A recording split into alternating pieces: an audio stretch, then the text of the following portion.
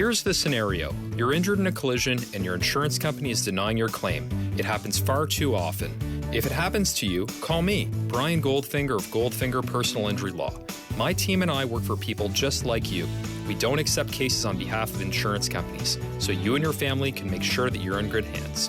Visit goldfingerlaw.com and get us working for you. Get Goldfinger today. You know what I want?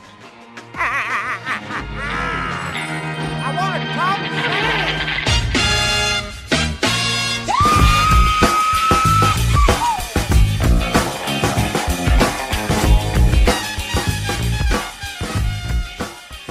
Howdy, how you going? And welcome to the Raptors Reaction Podcast. I'm Samson Folk, and thank you for joining me. I'm ready to dive into this game, the Raptors' latest win, 113-97 over the Orlando Magic, who were on a 3-game win streak and had been playing some impressive ball to this point. They have guys like Jonathan Isaac, who is a most improved player candidate early on. He's a monster on defense, presents Pascal Siakam with a lot of difficulties, and for their part, they also have NBA Player of the Week, Eastern Conference Player of the Week, Nikola Vucevic. Unfortunately, Vucevic, after the first quarter, injured, and Aaron Gordon was also injured in this game too. So a lot of difficulties for the Magic to overcome in this one, eventually succumbing to the Raptors' superior play, 113-97. The Magic had a better start to this one than the Raptors, pretty much simply because the Raptors were playing extremely aggressive defense on Nikola Vucevic, trying to get the ball out of his hands. He had 5 assists really early, and the Magic were shooting pretty well off of the space that was afforded to them. And the Raptors have been quite used to playing against guys like Doncic, Kawhi Leonard, LeBron James, AD, where the double is necessary. And the supporting cast isn't that good, so they can, if you play off of them, it's quite good. There's a difference between DJ Augustine, Evan Fournier, and guys like Kentavious Caldwell-Pope, Alex Caruso, things like that. You know what I mean? The Raptors have been making teams pay for having not such great depth on their rosters and not being able to create outside of their main guys. The Magic, for what it's worth, were able to do that early on. They scored 32 in the opening frame, which is a lot for this Magic team. They're not very good at scoring the ball. They're getting better, but keep in mind that momentum may have stopped with injuries to Vucevic and Gordon, which is really bad news and really bad luck for them. So that was disappointing to see, especially since the level of gameplay went down quite a bit from then on. But for what it's worth, the first quarter did have a very interesting end to it, really fun. Terrence Davis came out and started breathing fire from downtown. He also got an offensive board and then a layup, and the Raptors, they got a turnover on one end, pushed it down the other side of the floor. Siakam got a layup with roughly maybe like 2 seconds left on the clock, and that tied things up at 32 to end the first quarter. DJ Augustine threw up a heave, and the Raptors, they went in tied after the Magic had hit what was an unsustainable level of offense for them. It seemed like anyway, right? Jonathan Isaac was hitting from mid-range, and I love Jonathan Isaac. I love his game, but he's not super proficient in that area. Vucevic was making really good reads out of doubles, which he's gotten better at, but isn't the type of guy who's dropping 5 assists every quarter in and out, those types of things. And the Magic aren't an incredibly good shooting team. So all those things piled on top of each other in the first quarter, ended up with 32 points, and the Magic, they tried to build from there, but obviously the injuries did undercut a bit of that offensive momentum. And the second quarter showcased something where the Raptors have been reliably leaning on a very young, a very green bench, but to a lot of success. And in this game, the bench blew things open. I mean, the Raptors won the second quarter 29-19. Chris Boucher was really huge. He was outplaying, dominating, I would even say, Mo Bamba. I believe Bamba was 5th overall. Boucher, an undrafted guy. And yes, it does take big men a while to develop, so Mo Bamba could be a hell of a player by the time he's Boucher's age. I don't mean to disparage him, but Boucher, for what it's worth, came in and he was playing awesome. He did finish with a double-double, and this guy, Chris Boucher, my God, he can really just sleepwalk to a double-double.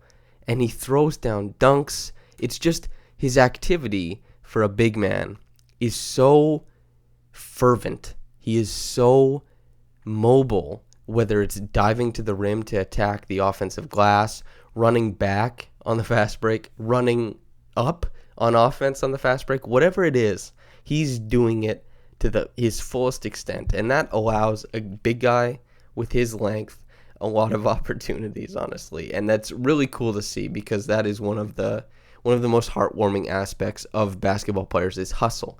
And that's, especially in Toronto, what has carved out fan favorite roles for a lot of players is their ability to hustle, to get to the loose ball, to put up putbacks, things like that. And Chris Boucher, Rondae Hollis-Jefferson, guys like that, guys who did really help launch the Raptors' second quarter with their hustle, with their dives to the rim, their activity, and their defense, quite frankly.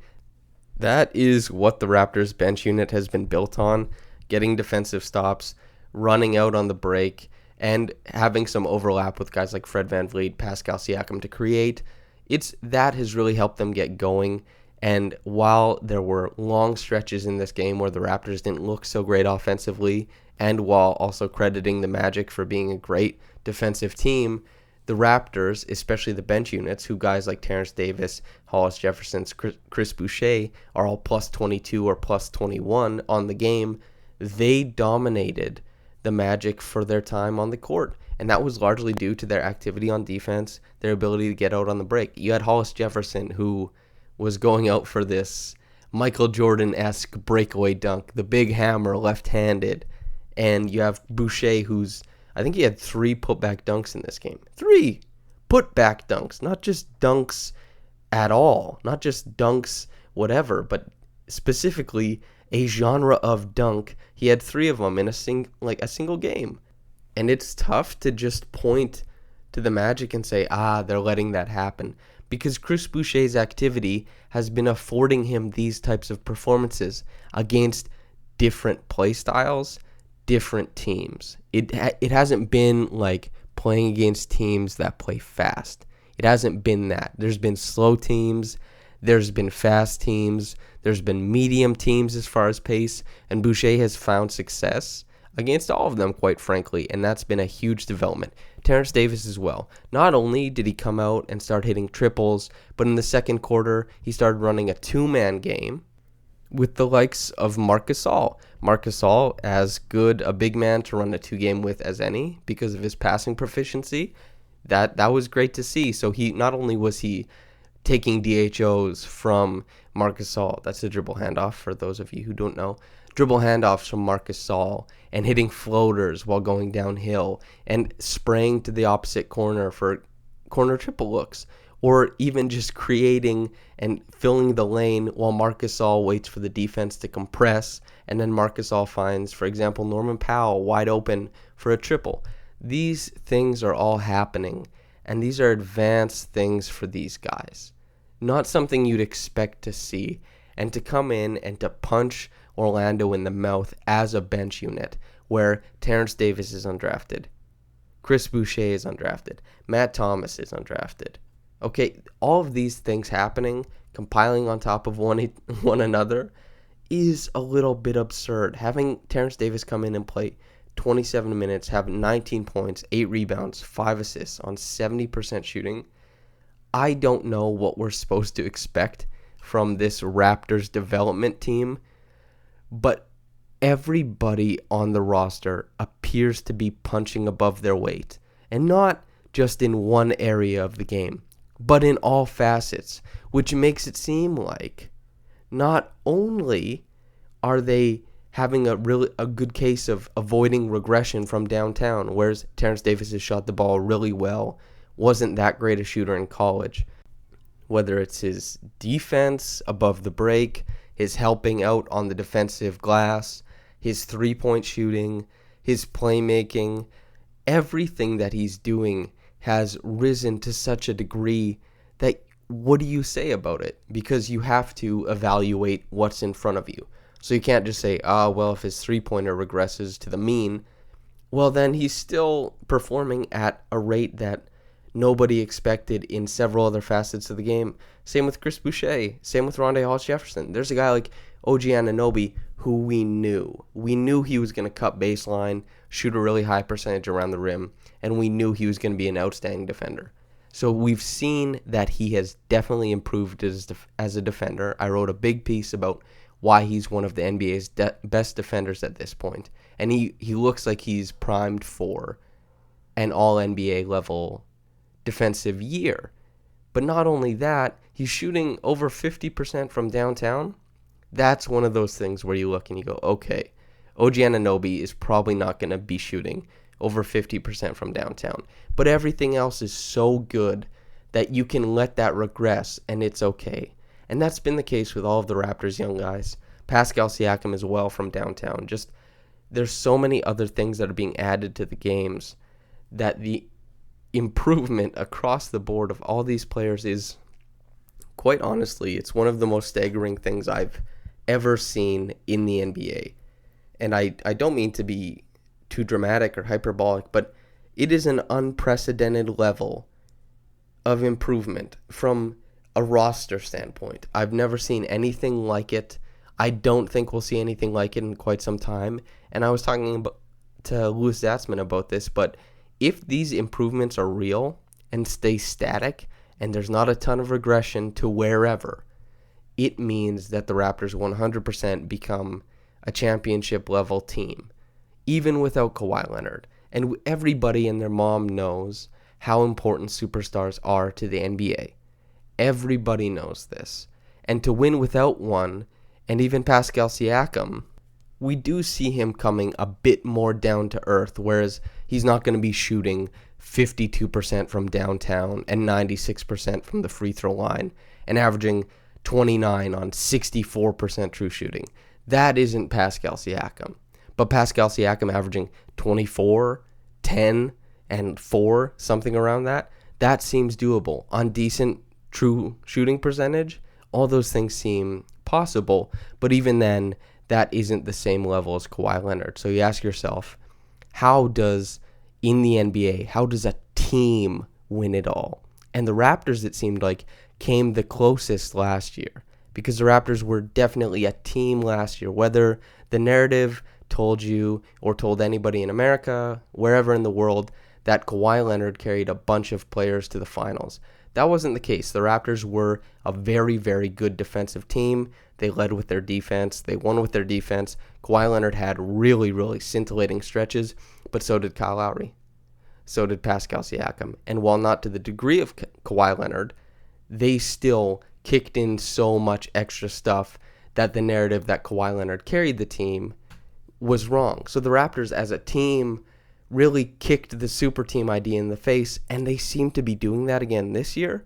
And maybe this is all too big a reaction for a game against the Magic in which the Raptors had slow stretches and the Raptors had dry stretches and the Magic had 2 players injured, 2 of their starters. But it does make you think about a lot of these things because the progression has been so quick for so many of the underlying players and some of the bigger players as well. So I rant over, but it's just very, very interesting to me. And honestly, I believe that Fred VanVleet and Marc Gasol deserve a lot of love, as well as Norman Powell. There was really, really good effort from all three. VanVleet did another great job of controlling the pace of the game for a long time. There were stretches, yes, where I did allude to dry stretches where VanVleet maybe didn't recognize the need for Siakam to be used as a screener when Isaac was on him, and too often let Siakam try and go one-on-one against one of the best defenders in the NBA, which Isaac is. He's truly immense on the defensive end. He is probably a top 5 defender league-wide. He is something special for sure. So recognizing things like that, you're looking for more progression in that area, kind of like against the Charlotte Hornets game where Fred VanVleet recognized that Marc Gasol could tear them apart from the inside out, so they went down there. That was really cool to see. Marc Gasol, also in this game, I thought did a really, really good job of playing defense on the inside. There were a few letdowns on the inside when it was guys like Jonathan Isaac crashing the glass and him going for layups, things like that, but that's not really Marc Gasol's fault. That's not his. boxing out assignment. But he seemed pretty mobile on defense. He did a good job of locking down the paint. And on offense, he moved the ball really well. He had a layup, which is big news, everyone, because he was literally shooting the worst two-point percentage for a center in the history of basketball. I believe William Liu had a screenshot of Basketball Reference earlier today where Marc was shooting somewhere around 24%, which dating back to around 1954 appeared to be the worst for a center. That is gobsmacking and disappointing a little bit, but it doesn't mean that he didn't play well in this game. 5, 6, and 5, while not an outrageous stat line. Marc Gasol played very well. Van Vliet did really well. Norman Powell, I thought, did a great job attacking the Orlando defense when they didn't have a rim protector in the rim. That's one of the biggest problems for Powell, is that he gets himself stuck on his last step or in the air and gets swatted a lot at the rim. However, he did a good job of finding the space, bursting into it, and finishing at the rim, often with his offhand. So that was cool to see. And the biggest story of this game is that Fred VanVleet did a great job throughout. I thought he did an awesome job carrying the Raptors in dry stretches. And even though dry stretches did come, I thought he did a good job. Terrence Davis punched in a bunch of points in the first quarter and the second. He did a fantastic job there. And then Chris Boucher completely embarrassed and dominated Mo Bamba. Those are the big three things. And obviously the Siakam and Isaac matchup, which I would say Isaac won handily. Isaac was really good on Siakam, and this was a tough game for Siakam. But notably, Pascal Siakam, even when he's having a bad game, can kind of sleepwalk into 18, 11, and 4. Even though that 18 points come on 18 shots, it's still impressive. It's not that easy to accumulate stats in the NBA, which is what makes Chris Boucher so impressive. 14 and 11 in 20 minutes. I believe it was 11 and 10 in 14 or 18 minutes last game. All these types of things keep happening. And he's so willing to take shots in a second unit that really likes him taking shots. And it didn't matter that Terrence Ross went on a bit of a run, that Evan Fournier was pretty good throughout, and that the Magic were still trying to go uphill against the Raptors, and they had some decent shot making in the latter half of the second half. Chris Boucher was sustaining the Raptors offense in a low-scoring game just with his hustle and his ability to bang around the basket. With his weight, with his physical profile, he was still willing to go in there and battle Khem Birch and battle Mo Bamba. Both guys have heavier frames than him and can kind of bounce him around. But his length and his willingness to grind, I thought, was a complete game changer in the second half. Yes, of course, Pascal Siakam, Terrence Davis, Fred VanVleet, Norm Powell all chipped in the second half and all did great. But the story of the second half to me was Chris Boucher being so hungry for the rim on both ends. It was awesome to see. And if you're wondering who the Reggie Evans Award goes to, it has to be Chris Boucher. For all the reasons that I just mentioned, it seems like an obvious pick.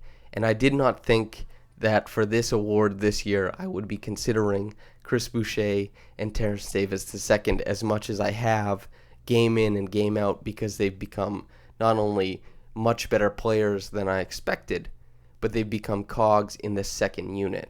And the second unit feels like the best place to find the Reggie Evans Award, because there's a lot of things to like in the starting lineup.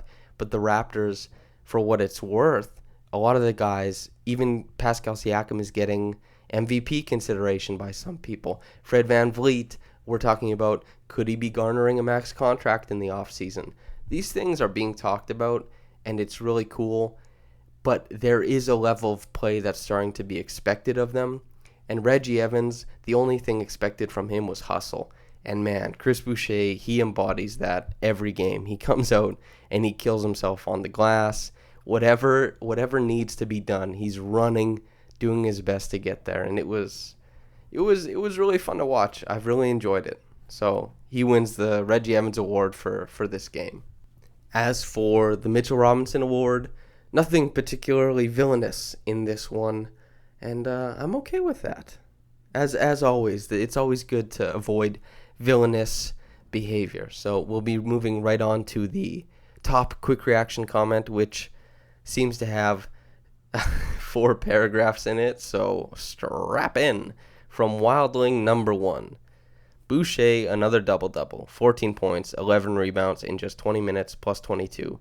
I think we ought to realize that his motor and courage enable him to compete against bigger men. Tonight, it was 7-foot, 241-pound Mo Bamba. And they aren't empty stats, are they? And then he changes shots at the perimeter, as well as around the basket regularly.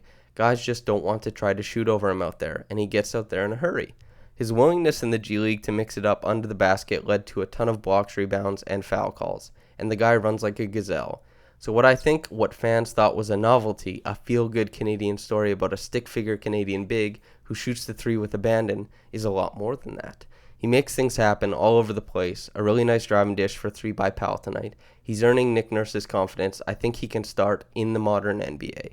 And Terrence Davis too, I think, which means the future is even brighter than the bright futures of Pascal and OG would suggest.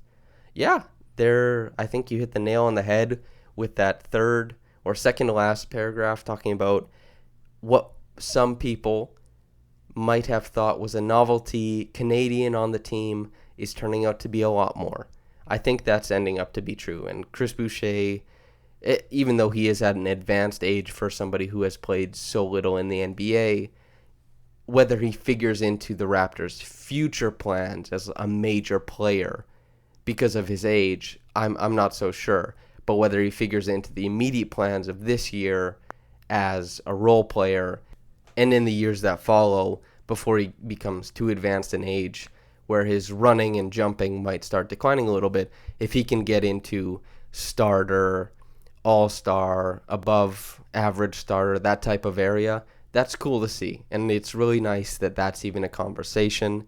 And all the props to Louis Zatzman, who wrote the big story on him prior to this year. I love my guy, Louis, and I'll shout out any of his writing at any point in time. Also, he wrote a fantastic piece on Fred VanVleet today, which was a monster piece that was so comprehensive on how Fred's year has been so far that I just think you should go read that as well.